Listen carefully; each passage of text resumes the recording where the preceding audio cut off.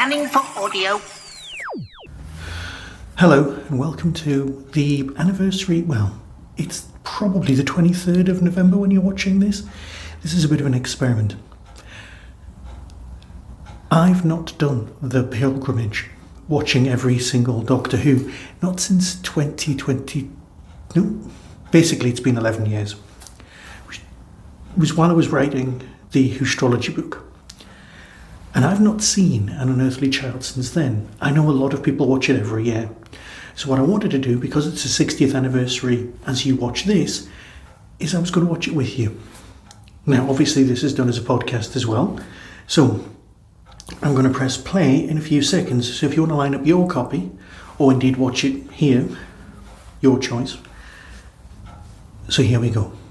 I just wanted to share the anniversary. Happy Doctor Who Day to you. Here we go. 3, 2, 1. Now remember, I've not seen this for what? 11 years? So here we go. Now obviously there's the whole thing about, it was shown the year after, Kennedy's assassination. The week after. I'm an idiot. I wasn't there. I'm old. I'm not that old. Okay. I'm supposed to regale you with exciting facts like, it was seen by 4.4 million people and all that kind of stuff that Doctor Who fans are supposed to know. One of the reasons I'm doing this with you is because, there's a policeman and there's some fog. I mean, can you imagine just tuning in? Oh, okay, that music's going on a bit. I'd forgotten how long the music was on for. That's just weird. I am Foreman. How are you? Right, okay, so do we want to discuss things like, it's Waris Hussein doing some directing? Or, let's face it, you've seen all that, I just wanted to witter on a bit with you. So there you go, you've got the door opening, you've got the nice tracking shots, all one shots, but it is, I'll grant you, it is just a tiny bit jerky. Yep, it's a police box, and there's a hum. Ooh. Titles. Okay, written by Anthony Coburn. Yeah, we all know one of the reasons that a lot of us aren't watching this episode. But it is available on ITVX. Most of us own DVDs of it. And when I came to find my DVD, there was a copy of The 10th Planet in the box. Yes, I am chaos personified. Right, we're now in the set of Not Grange Hill, and there's Barbara being the first person to speak in Doctor Who. Marvellous. What was all that about? Oh, the Earth. Oh, I don't know. So there we go, Barbara into the room, and there is Ian. Little known fact, Ian is the oldest man in England.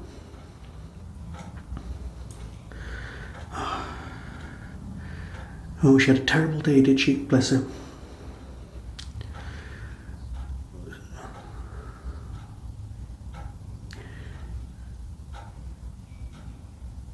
Is she 15 though? Or is she 75?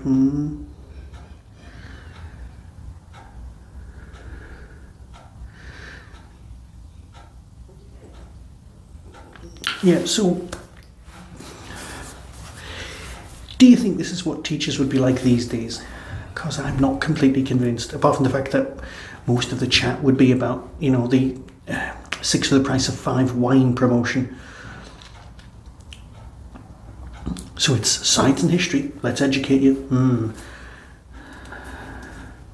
Why is Barbara willing to work with her at home?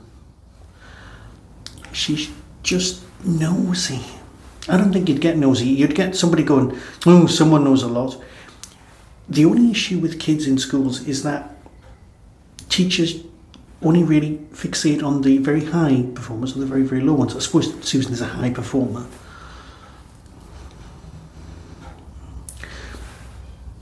"76 Todders Lane."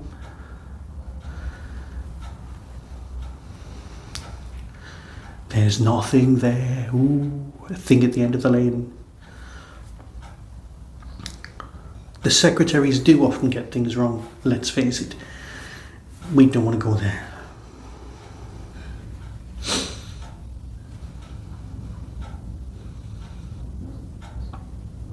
It's a bit of a mystery.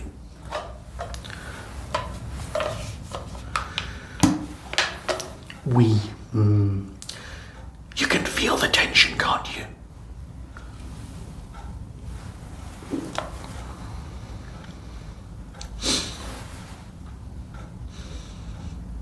Stalking. I'm sorry, but that is just stalking. They're going to drive there and then see what happens. And here we are. It's Susan, the exciting world of, let's face it, she does look alien. And she's always looked brilliant. In that business, I know that must be an instrument that somebody at Big Finish has discussed them being able to play. But she likes the pop music. What's not to like? John Smith and the Common Men.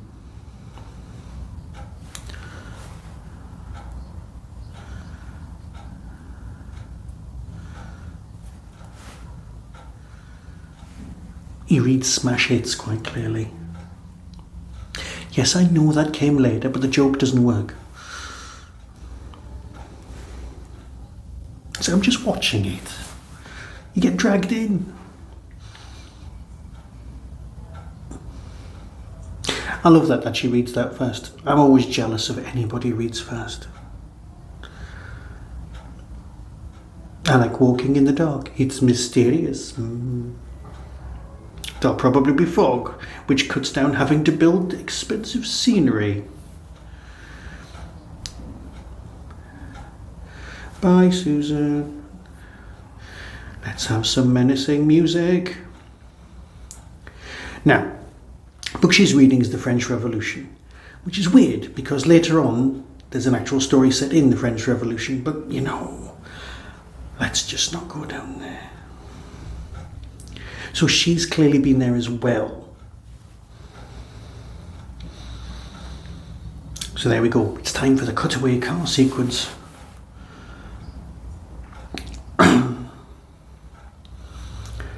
And some more chat. I love the way that they're justifying being stalkers. I suppose these days you'd get the social workers. Wonder if that would be the case. That would be brilliant. If a Doctor Who storyline was done these days, it wouldn't be teachers, it would be the social workers who were going in. And can you imagine social workers travelling with the Doctor? That would go down great. I think what we need to do is have a chat with these Dalek people and see things from their point of view. Oh, this is a brilliant bit. I loved this. Even when I saw this in the Five Faces of the Doctor thing, when she was going up at the decimal system, I thought, oh my God, Doctor knew what was going on all along.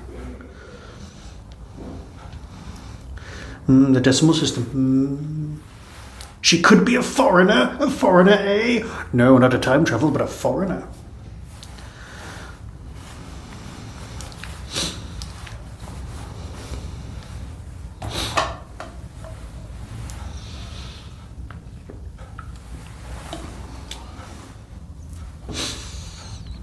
Are you sure they're being active if they've got a reaction and you have to... Doesn't matter.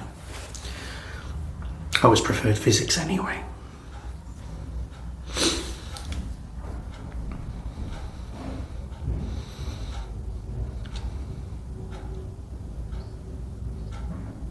See, does she want to be bored?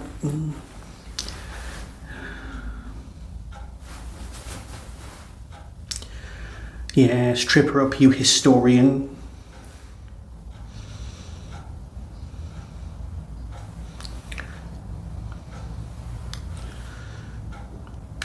Now, is he a maths teacher or a science teacher? And which bits of science is he doing? Because they've gone from, in the same week, dipping litmus paper in to multiple dimensional maths.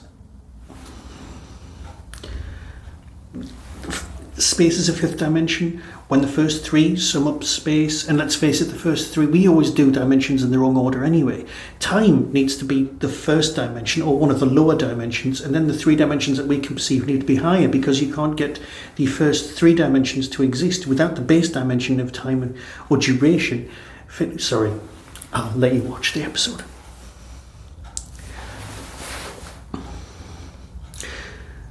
She is 15, she might be beating a boy. Heteronormative. Wonderfully normal. Oh, Barbara, we love you. You are about to interfere with something best left alone. What was that thing behind Susan? I can't figure it out.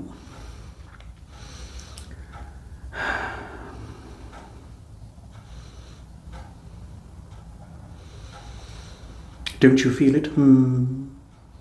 I take things as they come. Do you, Ian? Do you, though? I don't think you do, really, do you?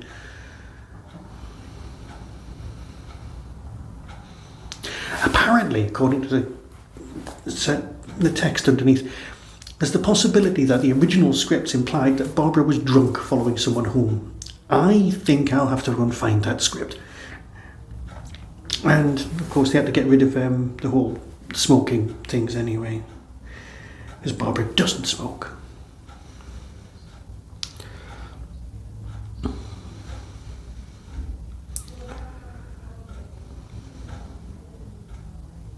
I love that. So they had a storyline where Ian was a smoker, and it was brilliant, and they were going to have his lovely things. And then they had a slight issue, because that would really have ballsed up episodes 2, 3, and 4, because it's all about making fire, which is kind of cool.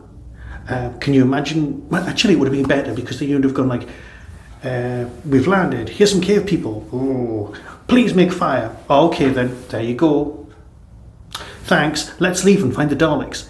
He would have been able to cut out those whole 3 weeks of, "Oh, fire will kill us all." Here's a police box. When you touch it, do you feel it? A faint vibration. It's alive.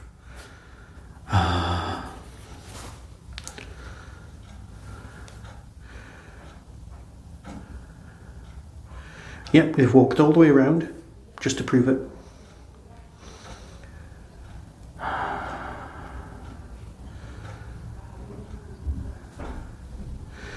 There we are, and here comes the doctor. It's the doctor having a bit of a cough. We're about to hear his first line. Or not.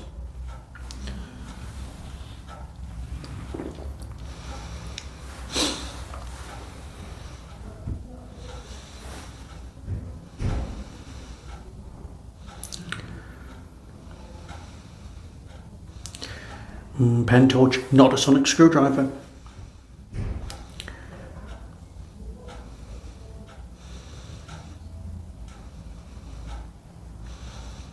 Are you sure? Not the police then? No. That's really not specific or scary or anything.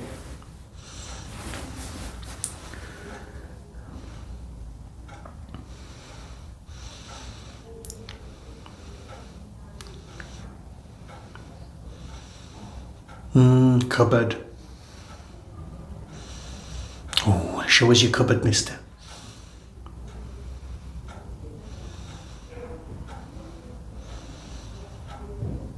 Oh, damp and dirty.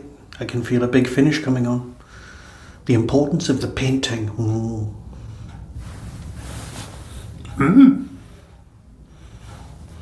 So why did I just do Yoda? I apologise.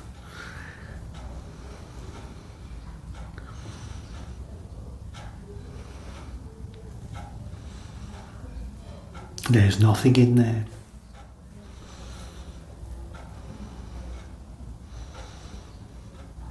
Go on, fetch a policeman.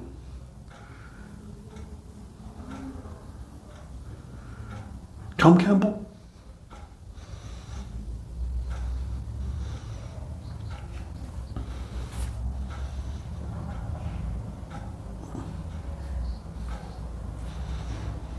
there kind of is a door handle and a secret lock. There's an actual lock.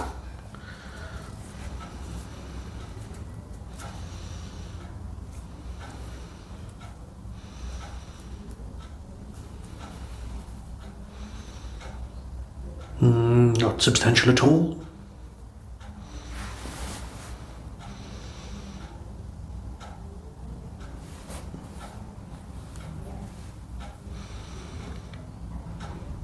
Just the one way.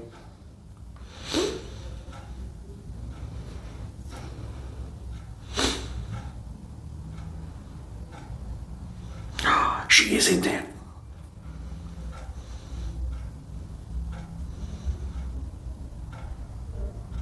Ooh. The inside is not the same as the outside. Some of it may be flat with some stuff stuck on it. Oh God, sorry, how good is this? Can you imagine seeing this for the first time? And I've been being sarcastic, but we're in the TARDIS and it looks so good. That thing on the roof always threw me though. The birdcage thing I really like. Oh. Was it just a telephone box?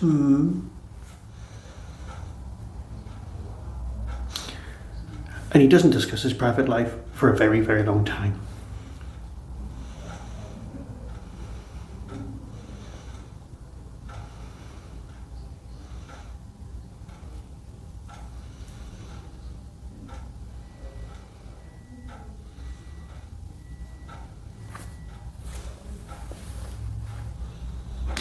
I'm sorry, I'm supposed to be talking with you and having a chat, but it's Bill. I mean, to be fair, I'm like 4 years younger than he was at this point, so that's making me feel old. You don't understand, so you find excuses. That is a t-shirt or a mug. Your smaller sitting rooms, not your big ones, just your smaller ones.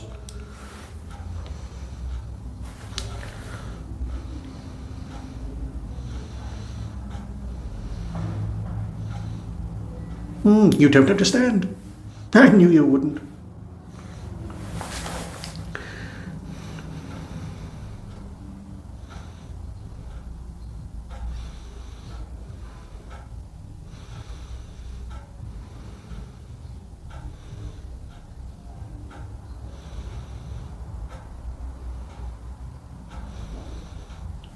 TARDIS. So Susan made up the name.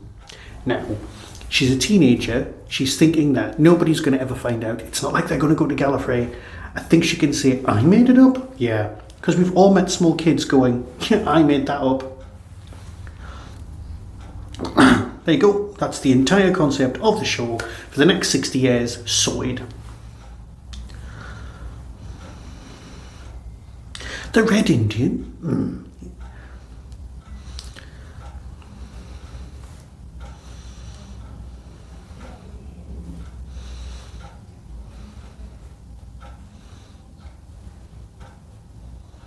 To be fair, we all feel the same way and we all tolerate this century, but we're not enjoying it.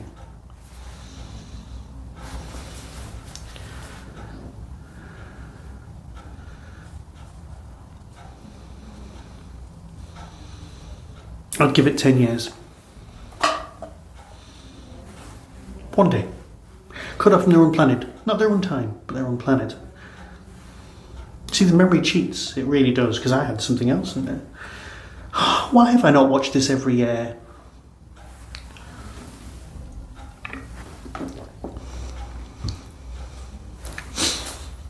Go on, Bill.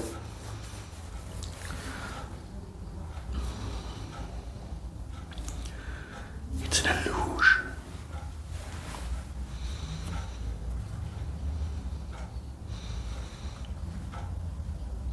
It's not a game. It's a brilliant TV series. 5 months. Now, At what point was the Hand of Omega buried? Because it's apparently set just after this, that Dalek story. But why was it buried when the Daleks weren't a threat? Because we don't see them for... I'm sorry. This is the sort of nonsense that keeps us all awake at night. You know it does. It happens to you too. Which button is it? Which could it be?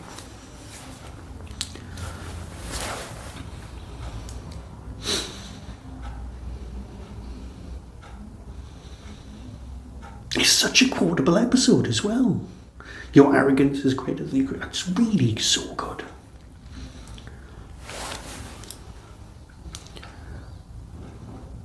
Why would you have a control system that is live? What is the point of that?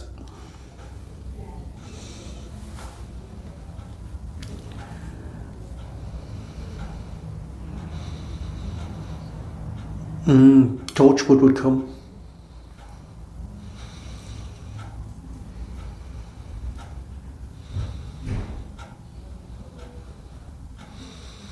I want to stay and do my exams because then I'll do really well and have some bits of paper that make my life better.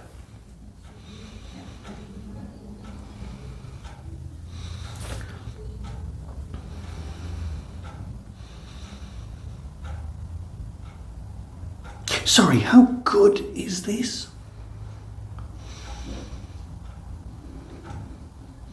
Caroline Ford is so good. Okay, we've got a whole Star Trek wobbly camera thing. Oh God, what's going on here? Oh, Vic have fallen. There we go, it's going up and down. Now, this is the TARDIS leaving, and we're about to see some weird pullbacks, because obviously it's not fading, it's actually travelling. So, does this mean that the TARDIS itself goes up in the air? And here's the opening howl around thing.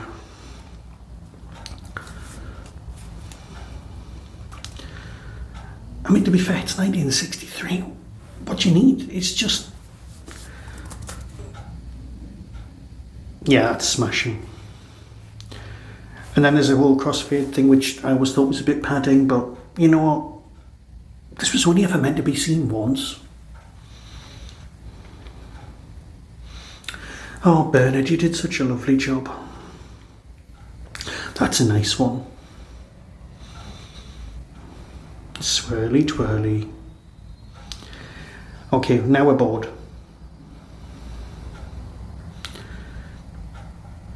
You see, it's noises like that mean you can't secretly watch episodes of Doctor Who at night without waking up the rest of your family. There we go, we're outside. There's something different. Nice hat there, Bill. Should all be wearing hats more often. I do like that Barbara had the sense to fall into a chair. Here we go. It's not an alien planet. It's a TARDIS. It's a police box. It's a shadow.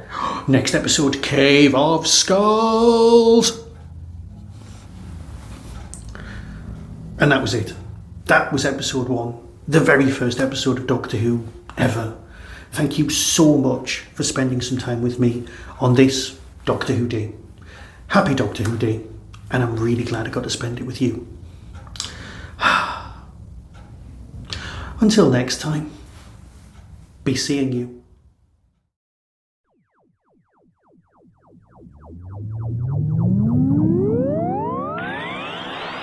That was the Tin Dog Podcast. Everything discussed is the intellectual property of others. No infringement is intended. For early access to reviews, follow the show on YouTube or Twitter @TinDogPodcast. To contact the show, email tin-dog@hotmail.co.uk. The Tin Dog Podcast is a founder member of the Doctor Who Podcast Alliance.